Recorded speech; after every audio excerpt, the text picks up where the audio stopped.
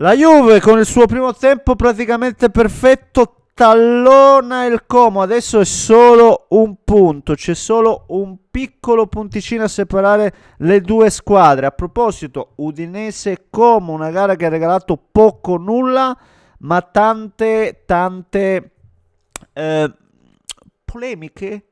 Sì, ce n'è una e ve la sintetizzo. Tra i 34 protagonisti interessati, giocatori, riserve, allenatori, portieri, solo due figure erano italiani, Zaniolo e Bertola, subentrato. E poi, visto che è giornata di corsa Champions, l'Atalanta segue il passo, 3 gol, vittoria, 3 punti ed è a 5 lunghezze. E se noi diciamo campionato magari non aperto, ma perlomeno non chiuso, con Napoli a 7, Milan a 6, una squadra come l'Atalanta, e che squadra che ha solo 5 punti di distanza, io non mi sento al momento di dire che sono fuori da ogni discorso, da ogni gioco. Sono questi i discorsi che andiamo a trattare adesso, immediatamente, ma prima, come al solito, vi invito a spolliciare se volete in qualche modo dare una mano a questo algoritmo che è lì sempre col freno a matto tirato, ha sempre bisogno di sta spinta, no? Ha sempre bisogno di oh mamma mia. E a proposito di spinta, spingete quel tastino iscriviti, perché ho visto negli ultimi 28 giorni, oh, qua siete quasi più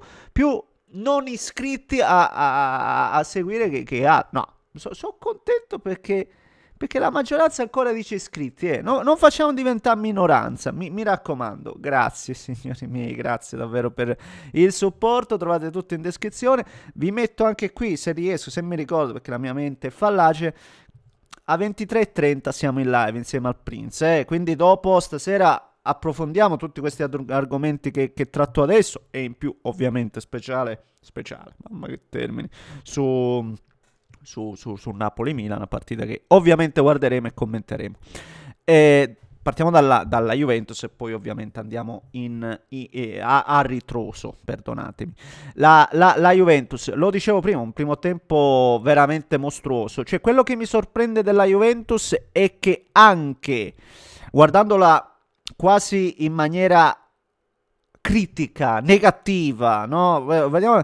Oh, anche oggi che fa una partita clamorosa, in qualche modo se la... C'è una partita oggi che poteva essere 4-5-0 e non è la prima volta che ci troviamo ad argomentare in questa maniera, perché le occasioni, lo sviluppo, oggi secondo me ci ha messo un po' del suo anche il Genoa, devo dire, non ho mai visto in difficoltà il maestro Spalletti, che nettamente sovrasta l'allievo De Rossi, che però come al solito qualcosina per poi, nonostante l'enorme differenziale che abbiamo visto durante la gara, qualcosina poi nella parte finale, nella seconda parte della seconda parte, mettiamola così, un po' di complicazioni le ha impresse nella gara, cambiando un po' lo scenario. Ma come dicevo prima, la Juventus ha fatto una partita clamorosa nelle partenze e nelle ripartenze, c'erano spazio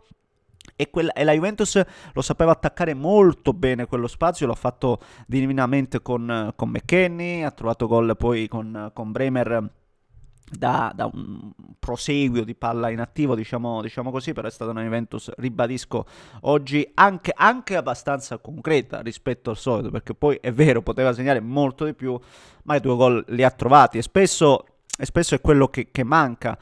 Magari continua a mancare il gol delle attaccanti, però nel momento in cui il difensore centrale, una volta che Sala fa gol, il giocatore di inserimento come McKennie il gol lo trova. È anche vero che altri 2 se li è fumati, io direi soprattutto il primo dei 2, quello nel secondo tempo secondo me forse non è perfetta neanche la palla di Thuram nel primo tempo, poi c'è un'altra occasione clamorosa, li devi segnare, però McKennie, cioè veramente giocatore che se lo ritaglia sempre quello spazio in aria, cioè giocatore sotto questo aspetto che già già non gli devi insegnare nulla. Con Spalletti che lo mette nelle condizioni poi di incidere, di essere pericoloso, come vedete le occasioni arrivano, le occasioni arrivano. E le occasioni la Juventus di Spalletti le ha sempre avute, cioè qui non si pone neanche la discussione in merito a ciò. E oggi secondo me non malissimo neanche David, perché poi ha avuto il palo, come al solito, magari non bravissimo nell'occupare l'aria, però nell'andare un po', no, sulle fasce, a svariare, in questo non male, perché poi sono stati bravi gli altri ad andarla a occupare l'area di rigore. Quindi ribadisco un evento che fino al 50, sì, anche inizio riprese, era partita proprio bene. E poi un giocatore, mi tocca dire, un giocatore come Bremer non si può, visto che lui è uno dei veri leader, forse anche pochi, abbiamo sempre detto, no? Che questa squadra magari ha pochi leader, uno di questi però è sicuramente Bremer. E quell'errore, no? Quel rigore, no? Non serviva proprio entrare in quel modo, in quella maniera, perché poi, ecco, la nota positiva è che hai, se vogliamo, tirato fuori una prestazione da De Gregori importante che magari non si vedeva da un po' di tempo, perché ha fatto una bella parata sul rigore, doppia parata, perché poi subito dopo è seguita un'altra conclusione, e bene, però se prendi gol lì, l'abbiamo visto il Genoa, no? Poi con l'entrata di Baldanzi ha avuto un altro colpo di c'è stato qualcosina. Però dico, ripeto, la Juventus deve solo per me migliorare, oltre alla fase realizzativa, e oggi i 2 gol ci sono stati, un po' la gestione dei momenti della partita, anche un po' l'addormentare. Non è che bisogna andare per forza a 1000 all'ora, bisogna anche saper gestire. E questo un po' alla Juventus Spalletti ancora manca. Ma ribadisco, oggi la prestazione è stata sontuosa e io è dal giorno zero che vi dico che non vedevo giocare così bene la Juventus veramente da tempo in memoria, quindi è inutile che sto qui a ripeterlo, sapete come la penso, per cui anche i tifosi, no, qualche coro a Spalletti apprezzano, perché sanno cosa c'è stato in passato, quindi sanno cosa è la Juventus oggi e cosa potrebbe diventare col lavoro di Spalletti domani. E comunque, no, adesso c'è questa Juve che tallona il Como. E quindi andiamoci su Udinese Como. È stata una partita, devo dire, a me piace a me piace da morire il calcio, anche a Pasquetta, anziché grigliate cose, mi sono messo davanti alla televisione. Spero che voi invece ve ne siete fregati altamente, perché comunque non è stato un grandissimo spettacolo, però per me non è mai tempo perso, anche se Udinese Como un po' mi ha fatto dubitare della scelta, sì, perché abbiamo visto davvero poco, e nel poco cosmico di Udinese Como, se vogliamo, ecco, in questo caso invece guardarla dal lato positivo per il Como, devo dire che anche oggi subito poco niente, cioè in una delle peggiori partite del Como, veramente brutta, anche tecnicamente parlando, tanti errori, l'ha messo lo stesso Fabregas.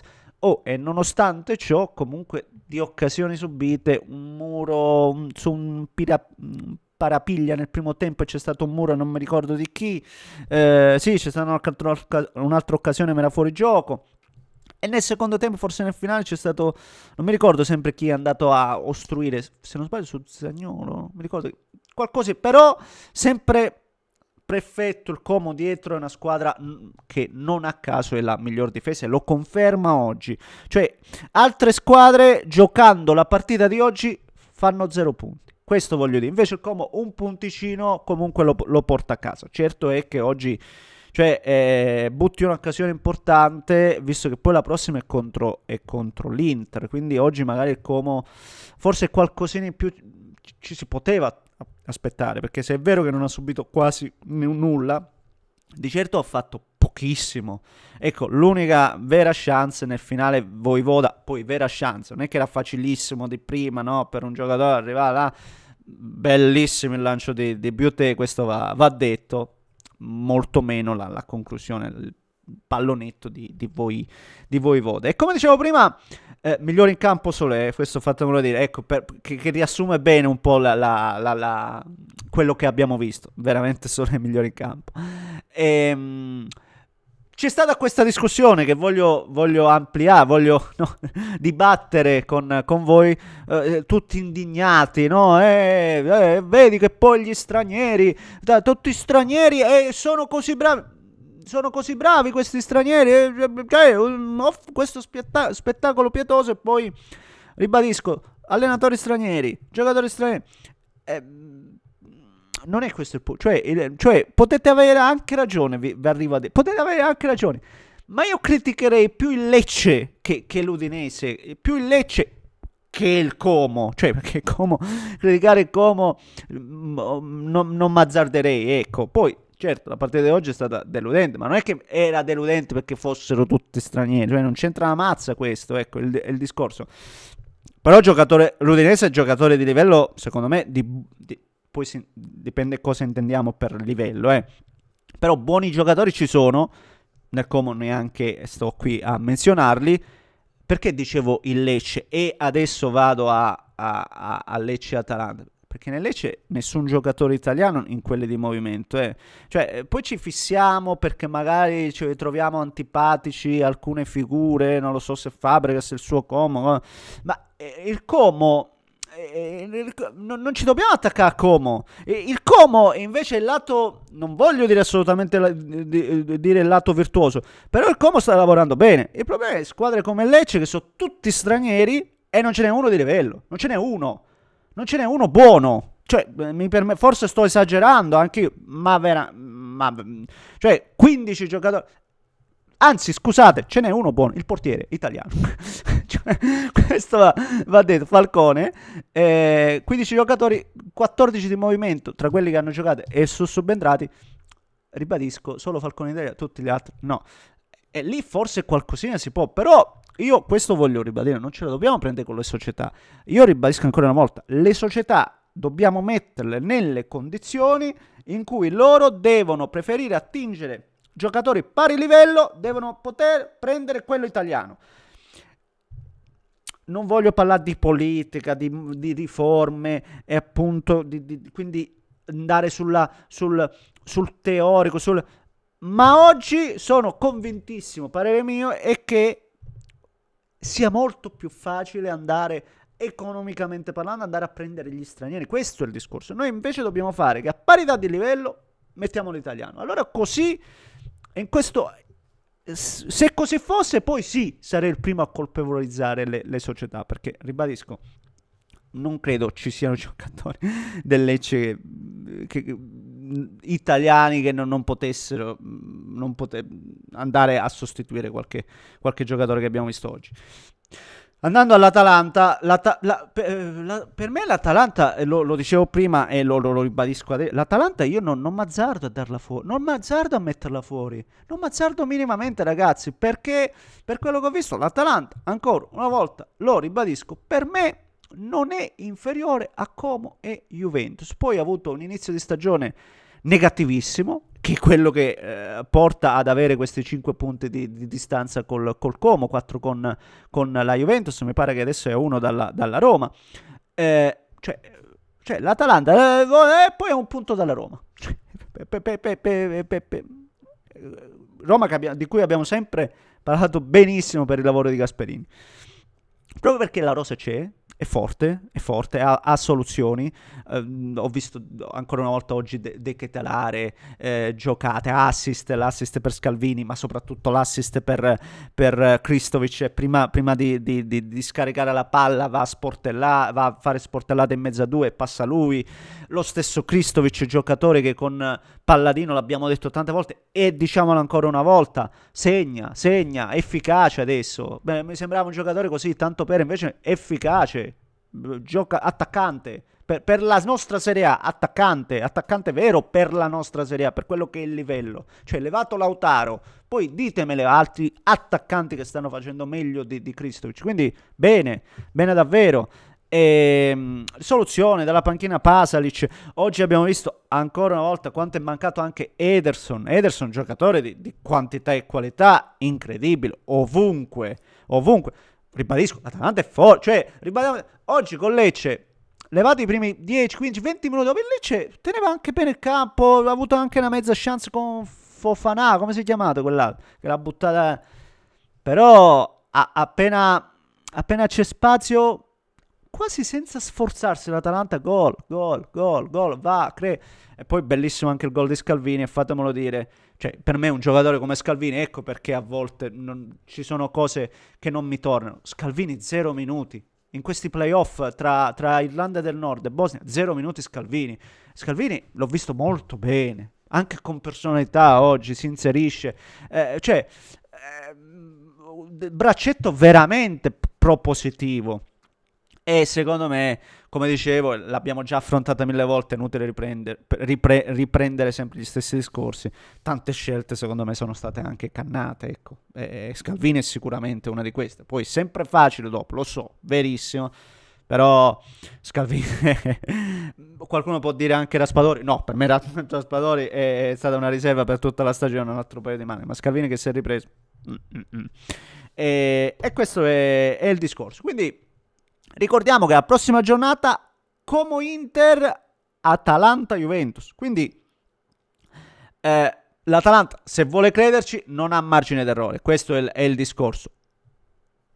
Io aspetto settimana prossima per fare le varie per sentenziare qualcosa. Fino ad allora occhio all'Atalanta. Ecco, mi sento di dire questo. Va bene? Fatemi sapere cosa ne pensate voi. Scusate, sono andato un po' lungo, ma abbiamo trattato 3 partite. Un grande abbraccio da Neschio.